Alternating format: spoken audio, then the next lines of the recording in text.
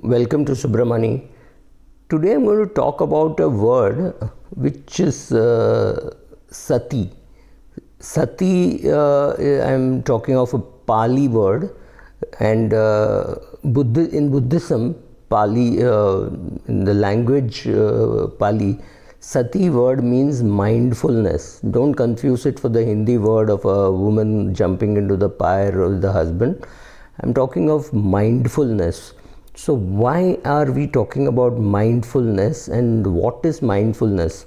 Mindfulness is something which is very difficult to define, but not very difficult to experience. Of course, if you talk to the others, somebody may be talking about vipassana. It again makes your mind calmer and makes you a better investor. So why are we talking about meditation and investing? Because there is a huge linkage. I'll come to that very quickly. But what is mindfulness? Mindfulness, I'll read from, Vipassana also talks about mindfulness. So mindfulness is a subtle process that you're using at this very moment, and the fact that this is a process lies above and beyond words does not make it unreal, quite the reverse. It is not shackled to logic. Mindfulness can be experienced rather easily rather than described. As long as you keep in mind that your fingers are only pointing to the moon and not the moon itself, you are experiencing mindfulness. That's all. This much of what is mindfulness is enough.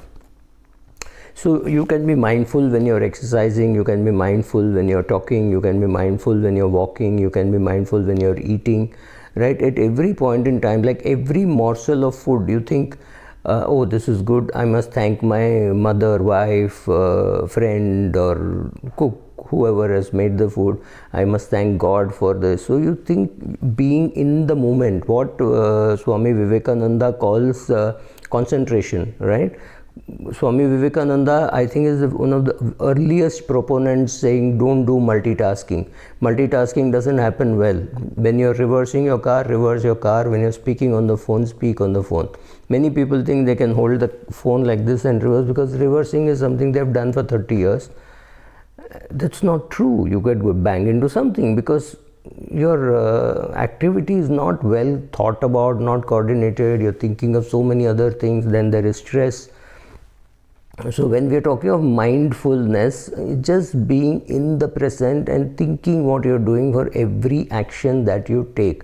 When you're buying a share, when you're selling a share, when you're holding on to a share, you do it mindfully. Every morsel that you eat mindfully. When you're running, you know why you're running, how much you want to run. You just organize yourself and do it that way.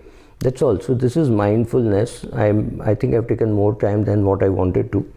So that brings us to a question of how can you be mindful when you are investing? And when I'm talking of investing, I'm largely talking about direct equity investing, not just mutual fund investing. Mutual fund investing makes it a little easier and perhaps a little less lucrative, but that is something which we will discuss later on.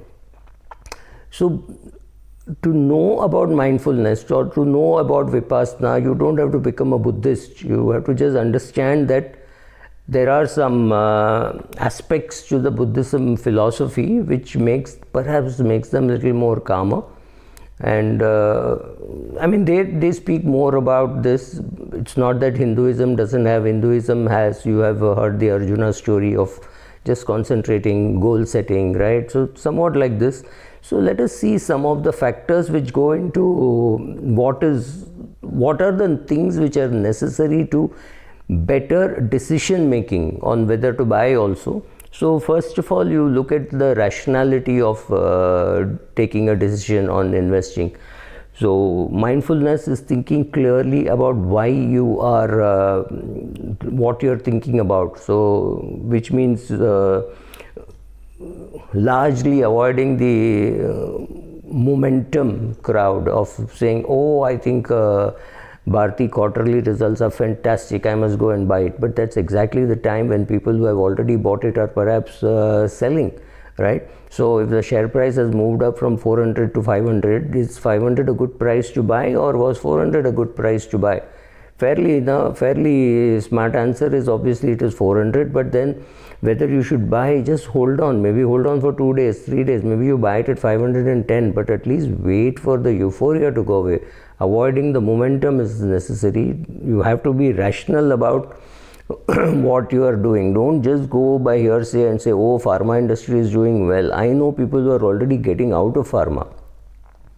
I know people who think that the banking industry will not do well over the next 2-3 years, so let me not be in the banking industry. There are people who think in contrary, saying banking industry won't do well maybe over the next 2-3 years, so let me buy banking and wait, right? So do not accept just on hearsay, and also do not accept things by tradition. Oh, FMCG companies will always have 80 ka PE or 120 ka PE, right? No. Nestle's growth is 5 times faster than Colgate's growth. So obviously Nestle deserves a higher PE than Colgate. It's as simple as that, right?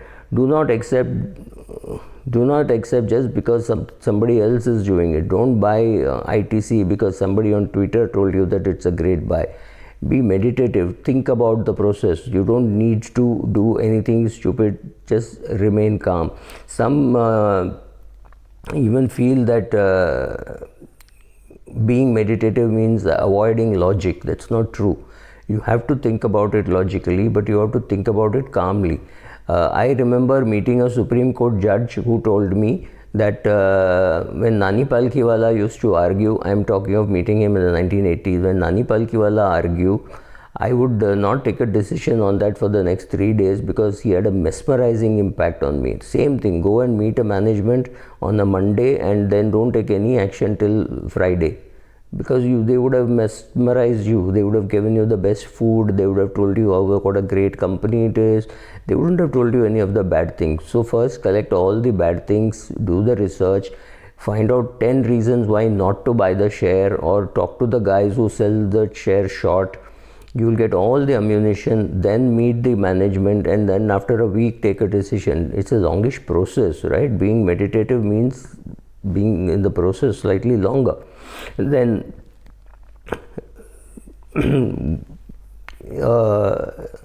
Buddha also talks about using direct experience while I'm going to translate that into saying how to use direct experience.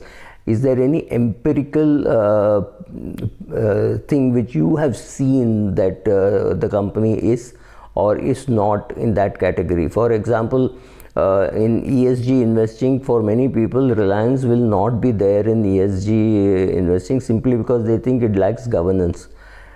I would take a contrarian view, saying if the man really lacked governance, would he have gone and put people like Arundhati on his board? He would have thought 10 times over it, saying, why should I bring more eminent people and get into trouble, right? So, and in the MSCI ESG index, heavyweight is Reliance. So you can have a contrarian view, but is there any empirical evidence to prove that so and so is good and so is bad? For most of us, no. It is the media created image. We think MNC companies are good, Indian companies are bad, or so following companies are good. HDFC Limited is good, HDFC Bank is good, Reliance is not good.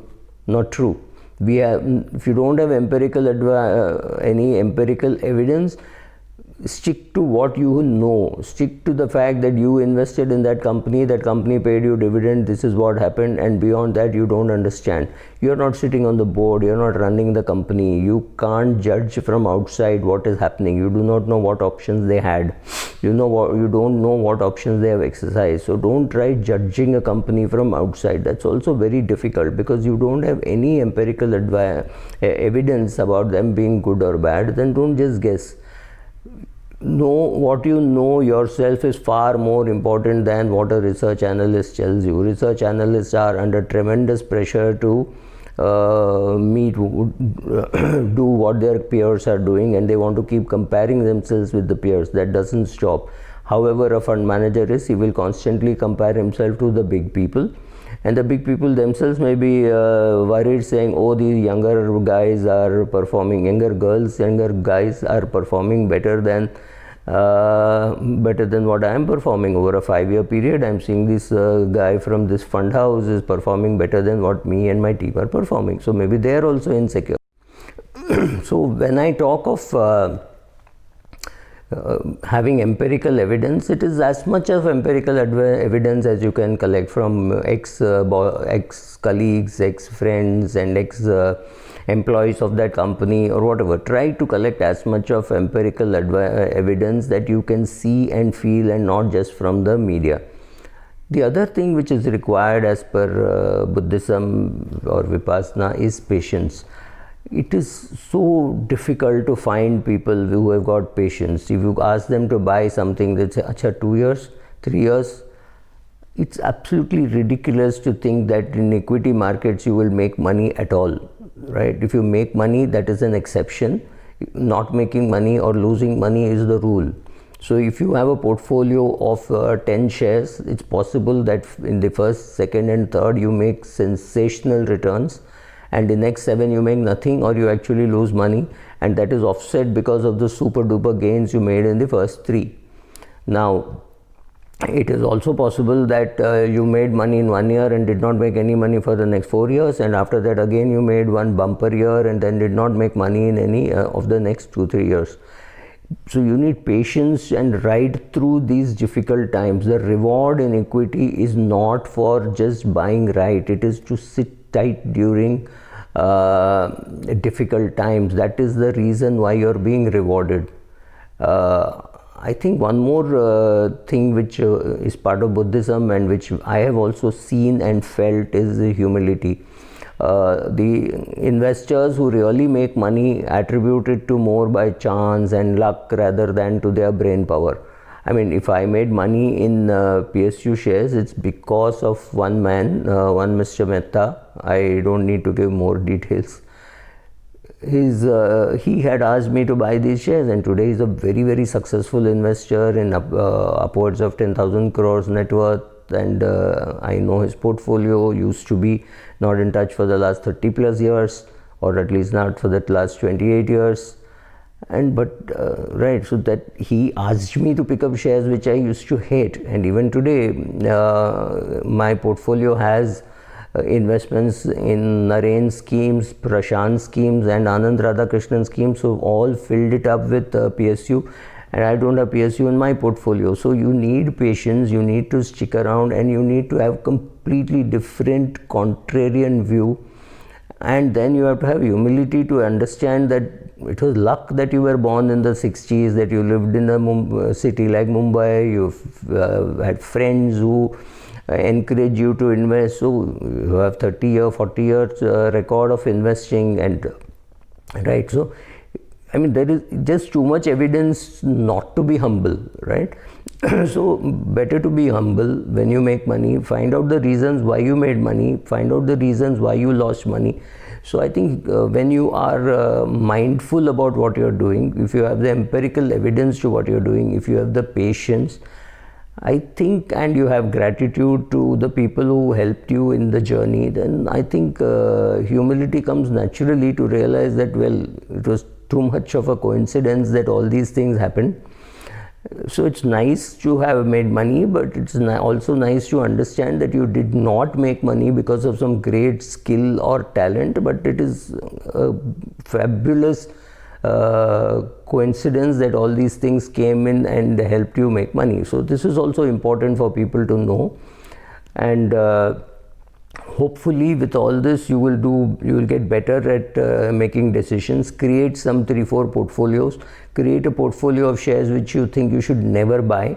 Create one portfolio of shares which you think are great and worth keeping, and over the next 20-30 years you will acquire. Keep making these mock portfolios and keep on assessing yourself against your real portfolio and against fund managers. See how wrong you are when your portfolio which you said should never be bought does better than the portfolio which you think should always be bought. So keep comparing, make good lists, bad lists, ESG lists, make your own list, make your infrastructure list, create your own portfolios, keep on checking it against how the others are performing, right? For example, the Invesco infrastructure fund looks very different from the other people's infrastructure fund. No bank, no Larsen and Toubro. Unfortunately, no Indian infrastructure fund has considered rural infrastructure to be included in it. So I'm sure somebody will, right? So keep collecting diverse things which are happening, diverse views. Keep comparing, see what is happening, and then I think you will become a better and a very meditative investor, like Kiran Telang writes in her book on mindful retirement. Being mindful about whatever you are doing always makes sense. Thank you.